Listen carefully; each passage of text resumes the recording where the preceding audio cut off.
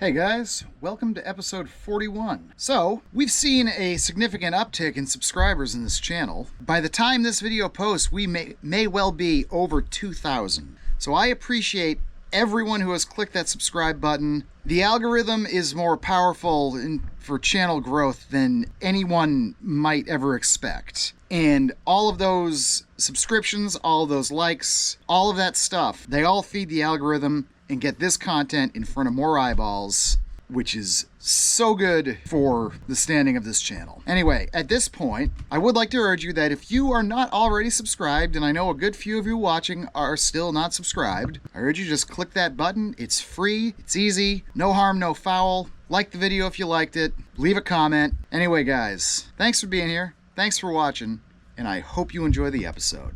All right, guys, so we're gonna rip a bunch of lumber. I got all this pallet wood here that I brought home from work. Should all be good white oak. Well, not good, it's all marginal quality. They don't use the best white oak for pallets, but it's white oak and we need white oak, so we'll rip a good bit up. But first I'm gonna do the two other pieces of that nice slab that I bought before, and then we'll start ripping these guys. All right, let's get to it.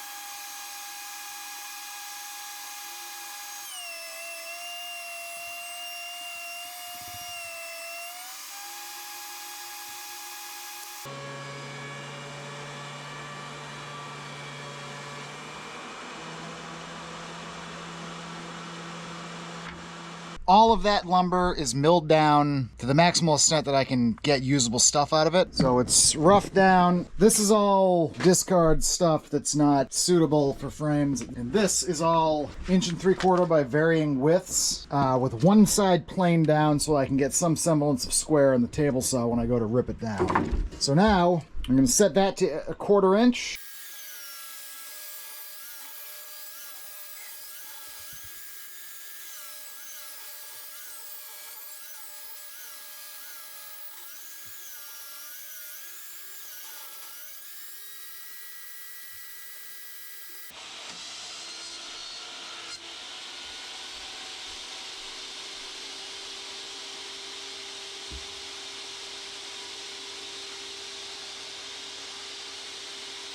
Alright guys, well, you get the idea. I still have this big stack to rip. You know, you win some, you lose some. That one snapped off because there was a knot towards the end. But I've got 5 usable ones right here, and I've got a whole lot more to mill. Alright guys, well, I'm done for today. I was using this as a pusher and hit the blade, rammed down into this plate that goes right here, and the plate just friggin' disintegrated. So yeah, that's great. But I think we got about 2/3 of the way through all this. But as you can see, we are well stocked with laminates. I don't even know how many I have here, but this is a good amount. That's several frames worth. So we're doing good on framing stock now. And that's what I love about laminating frames. You don't really have to be picky about lumber at all. I mean, if it's cracked or there's a knot somewhere where it's going to be bent, you got to discard the piece. But otherwise, if it's decent, it's good to go. All right, it's been way too long since I did bolt work, so we're going to do some bolt work. I'm going to get these fed down.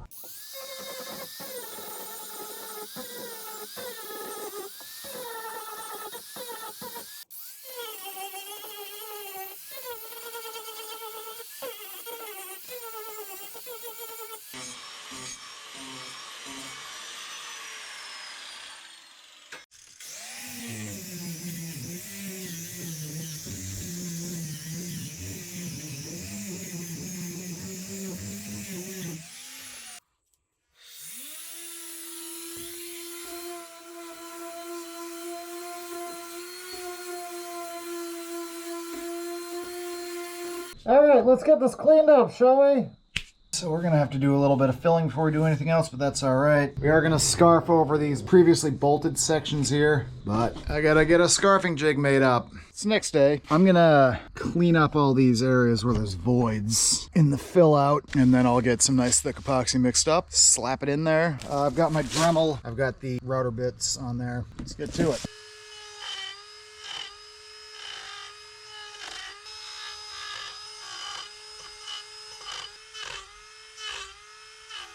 So, everything looks pretty good, except for this one.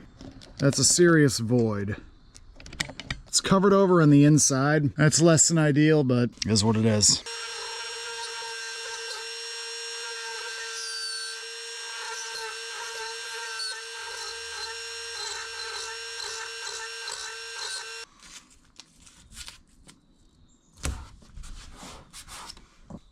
So I mixed up some fairly liquidy stuff to get down in there real good. And I've also got some thicker stuff.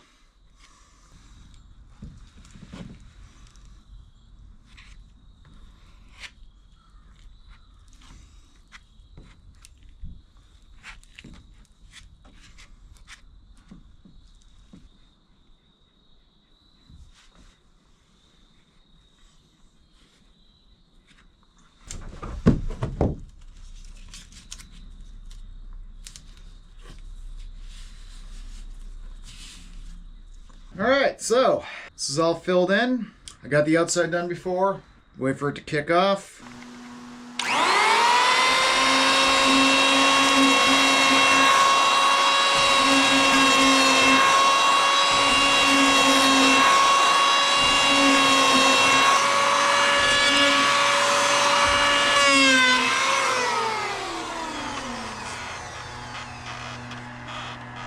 Alright, so it is Sunday, October 27th, and I've been busy with other crap and I haven't really been working on the boat all that much, but all the epoxy that I put on the other day is all nice and cured up. I do have a few gaps left, but right now the temperature is a little bit cool to be doing slow cure epoxy. Right now, I want to try to fit the frame.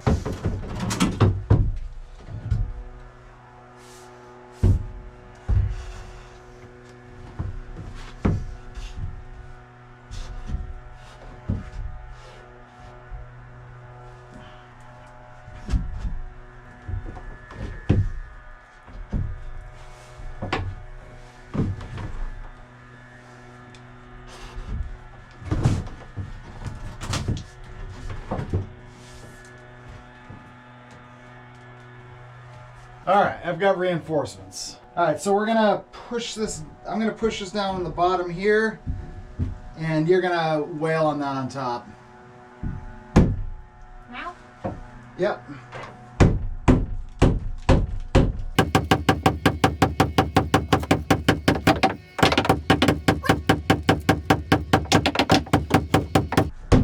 Okay, all right.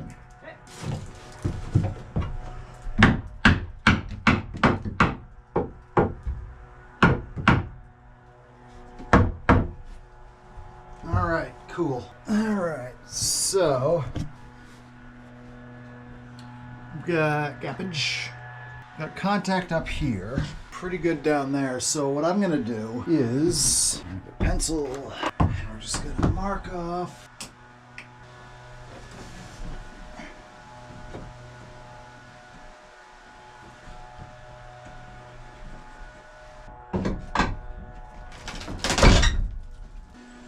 Alright, so I noticed at this point in the boat we do have a little bit of an angle going back aft. So we're actually going to try to fit this one a bit better than we did last time. So on this side, we're going to be angling it up that way like this.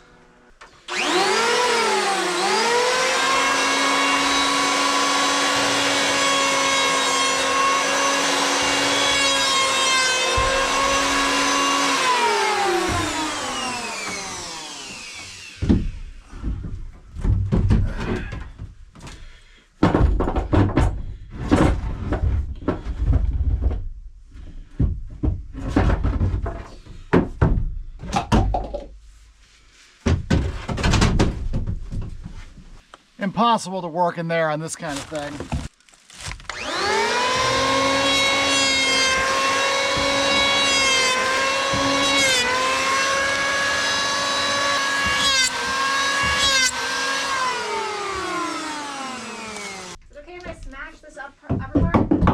it's just overhang. I made these long for a reason. How does that look for gap-wise? Very tight right here. Can you mark out the areas where there's high spots? Where it needs to be relieved so that it fits in. Looks pretty good coming down here. So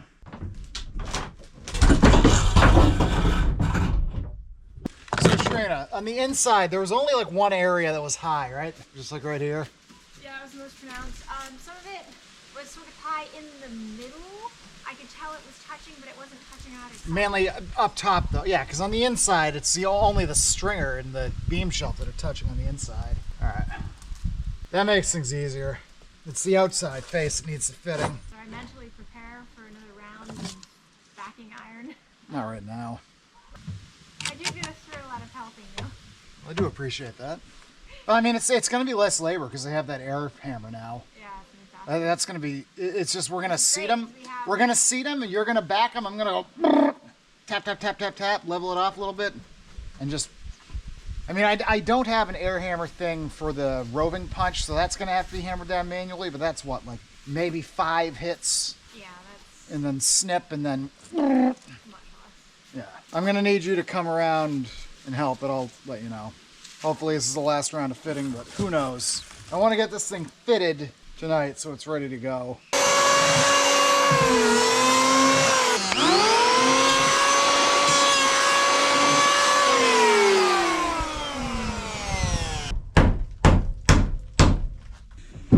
Oh yeah. I think we're good enough. Yes, you're good. Thank you. All right. Let's say we're good enough. You know, good old expansion gap.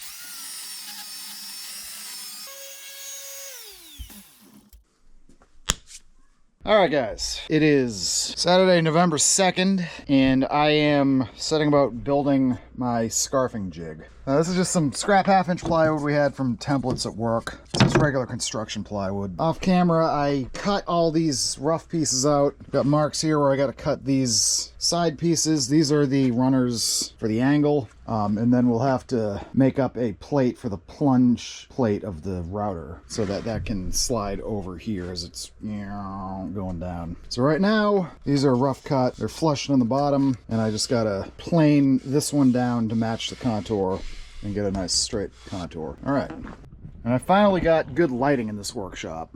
40 bucks on Amazon for these LED fixtures. And I got some good daylight bulbs for the actual light fixtures, and I got this. Nice.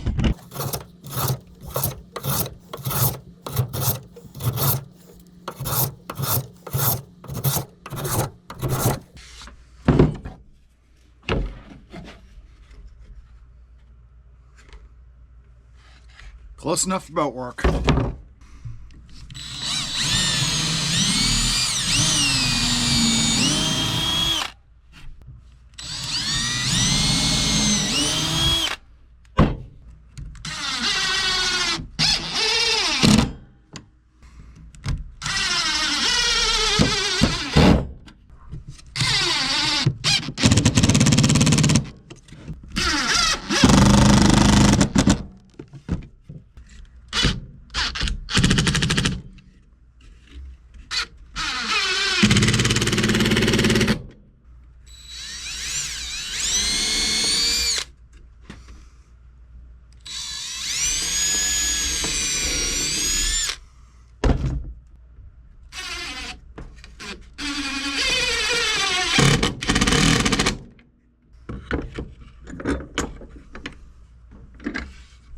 This guy's sitting a little bit proud here.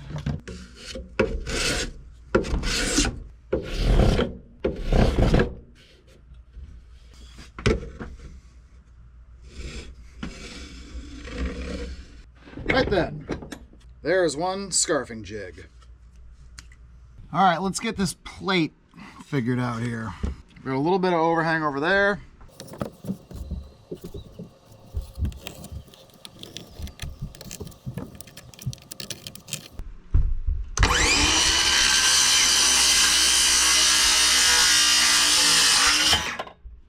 So I found this old set of drill bits at the dump a while ago. Forgot about it, but it's got hole saws. Gotta love the stuff you find at the dump. This drill bit set was like barely used.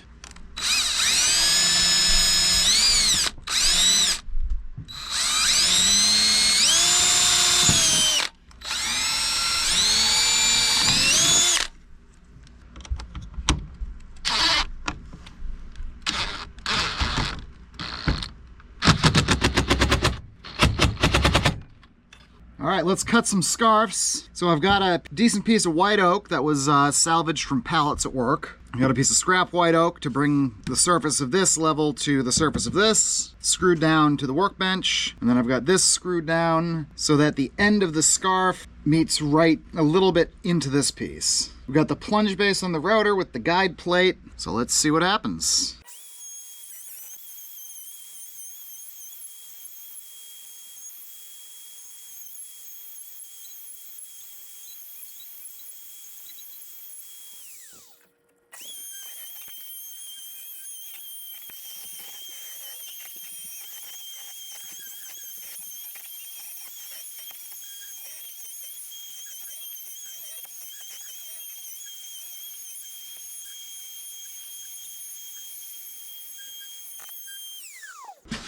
All right, there's a scarf joint. I plunged a little bit too far there. So I'm gonna have to tweak the way I do this, but this will be fine.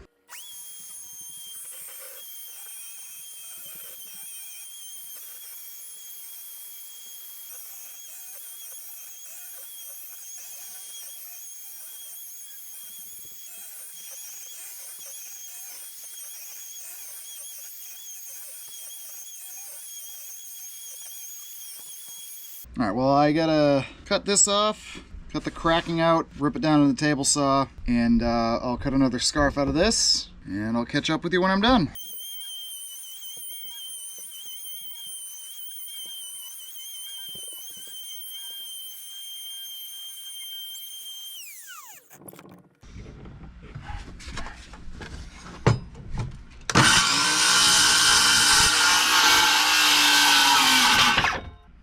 Alrighty, 2 scarves. Glad I finally did this. Seems to work great, getting the hang of it.